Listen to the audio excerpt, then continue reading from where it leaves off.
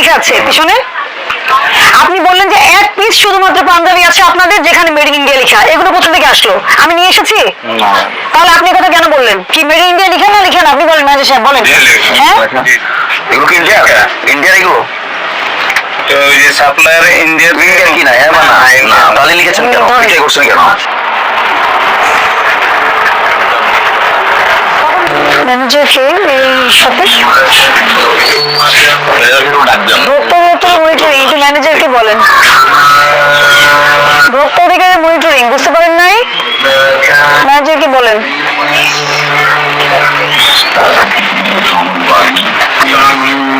ভালো আছেন না? ভোক্তা অধিকার আমি সহকারী পরিচালক ফাহমিনা আক্তার, আমার colleague Abdul Salam. Terminal figure কই পেলেন? টার্মিনাল ফিগার কোথায় পেলেন? 1440 টাকায়। এই ব্র্যান্ড গুলোর দাম কত জানেন?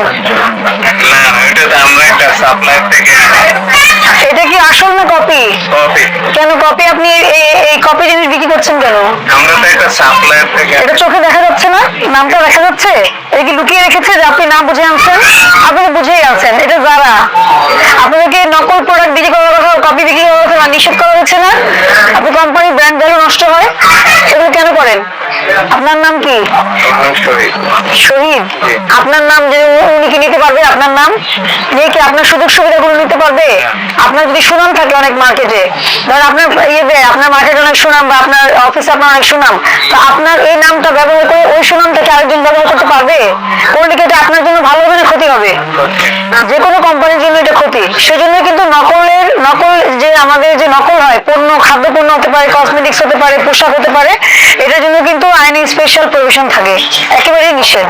জরিমানাও বেশি, শাস্তিও বেশি। এই যে দেখেন প্রত্যেকটারই এই যে প্রাইস, এই যে ট্যাগ একটা উঠানো হয়েছে, যে দেখ প্রত্যেকটারই। সালাম। ঈদ উপলক্ষে নতুন করে লাগিয়েছে। হ্যাঁ, এইটা আপনি কত করে কিনেছেন, কবে ক্রয় করেছেন, কত টাকা বিক্রি করেছেন, আগে আমি এই ডকুমেন্টটা দেবো। আপনাদের কি ইসিআই মেশিন বিল হয়? ইসিআই মেশিনে বিল হয়? মানে মেশিনে বিল হয় নাকি হাতে? না প্রিন্টার প্রিন্টারে বিল হয়? আচ্ছা, এগুলো চেক করতে হবে। উপরে আবার 1320 দিয়েছেন। এই যে ডবল স্টিকার কেন? আপনি কি সরেন? বিক্রির সময় বলতে পারে যেন বাইরের পাঞ্জাবি। এই যে যারা, তারপরে এই যে টার্মিনাল ফিগার, এগুলি কার কাছ থেকে নেন? Made in India. হ্যাঁ, পিছনে সব তুমি দেখো, এটা পিছনে লেখা। এই যে মেড ইন ইন্ডিয়া লেখা, ওই যে ওটারও পিছনে লেখা থাকবে। এটা খোলেন তো, ওই যে সুলতানেরটা, সুলতান, একটা সুলতান লেখা যে আমি দেখলাম। এটা মেড ইন ইন্ডিয়া কিভাবে হলো বলেন তো? এই যে সুলতান, এই যে মেড ইন ইন্ডিয়া, এগুলো এই ধরনের পাঞ্জাবি সবগুলোই একই রকম থাকে।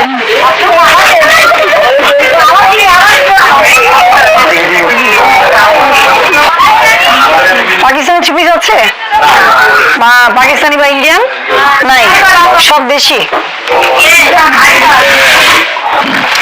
Made in India, made in India.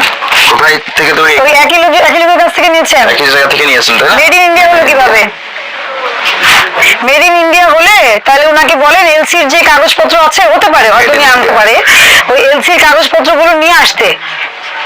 বাচ্চাদের পোশাকে আপনি শুধু শুধু ইন্ডিয়া কেন লিখে দিচ্ছেন?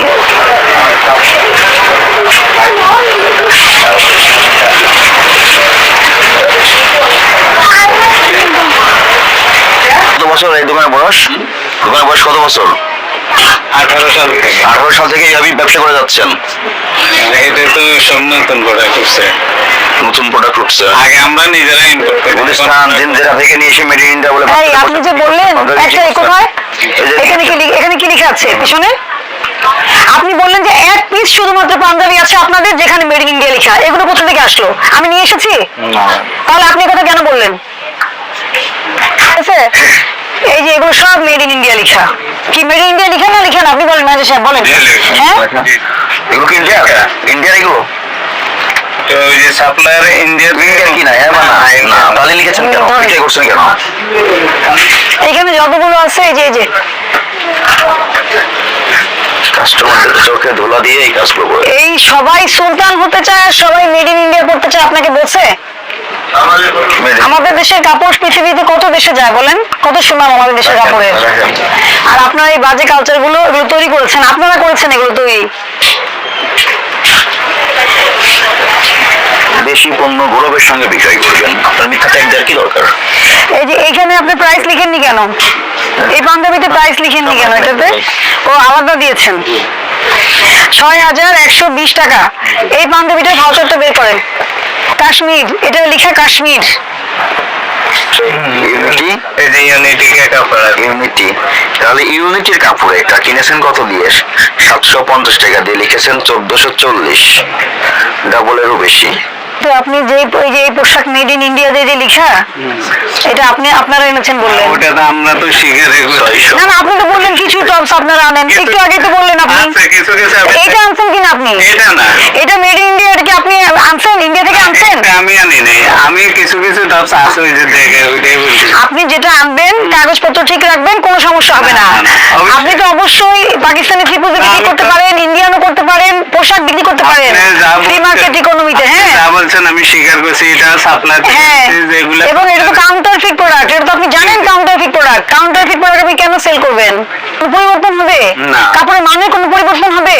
কিন্তু আরেকজনের নাম দিয়ে মানে সম্মান নষ্ট করে, সুনাম নষ্ট করে এই কাজগুলো করছেন। স্যার এটা 690 টাকা বেশি লিখেছেন আর কি, 1440, কিন্তু এটা তৈরি হয়েছে মিরপুর 11 নম্বর পল্লবী, অথচ লিখে দিয়েছেন মেড ইন ইন্ডিয়া। আপনারা কি করবেন? এক্সাম্পল তৈরি করবেন, ভালো বিজনেস শিখাবেন। এবং স্যার এই বাঁধন ফ্যাশন এবং ইনারা দুইজনই যোগ সহসে এই কাজগুলো করে আসছে দীর্ঘদিন ধরে। এই যে এই জিনিসটা যদি না দেয়, এটা কি বিক্রি হবে না? বলেন, হবে না? মানুষ যখন ভোক্তারা আসে, অনেকে এই যে কাপড় এরকম দেখে আপনার স্টিকার ট্যাগ থাকুক, সাইজ ট্যাগ থাকলেই হয়, শুধু সাইজটা কত? ওগুলো তো কখনো ইয়ে করে কেন করেন না? কেন করেন না? এই যে এটা মেড ইন ইন্ডিয়া লেখা আছে এখানে, আপনি কি এটা পড়তে পারেন না? শিক্ষিত মানুষ তো। জি, ওনারা দেয়, আমরা বিক্রি করে আসি। আপনার এত সুন্দর একটা শপিং মলে এসে খুঁজে দেখে শুনে ভোক্তা মেড ইন ইন্ডিয়া কিনে নিয়ে যাচ্ছে, কিন্তু আসলে এটা কি মেড ইন কোথায়? মিরপুর, মিরপুর 11, মিরপুর 11, সেকশন 11। এটা একবার পল্লবী। একবারই হয়ে যাবে। উনি কি আপনাকে খুব প্রেশার দিয়েছে, বাধ্য করেছে যে এটা বিষয়ই করতে হবে এভাবে? নিতে হবে, নিতেই হবে। জোরাজোরি আছে। না, তাহলে আপনারও তো সদিচ্ছা আছে এই অপরাধে। স্যার যেটা বললো সেটাই আপনাকে অবশ্যই মনে রাখতে হবে। ভোক্তা অধিকারের সুরক্ষার জন্য যা যা করণীয় আপনাকে আমরা পরামর্শ দিয়ে গেলাম, এবং যে ভুলগুলো পেলাম আমরা সর্বোচ্চ শাস্তি আপনাকে দিলাম না, এই জন্য যে আপনি যাতে কিছুটা ইন্সপিরেশন পান, মোটিভেশন পান। আপনাকে ভোক্তা অধিকার সংরক্ষণ আইনে 45 ধারা অনুযায়ী 30,000 টাকা জরিমানা করা হলো। ভবিষ্যতের জন্য সচেতন হবেন।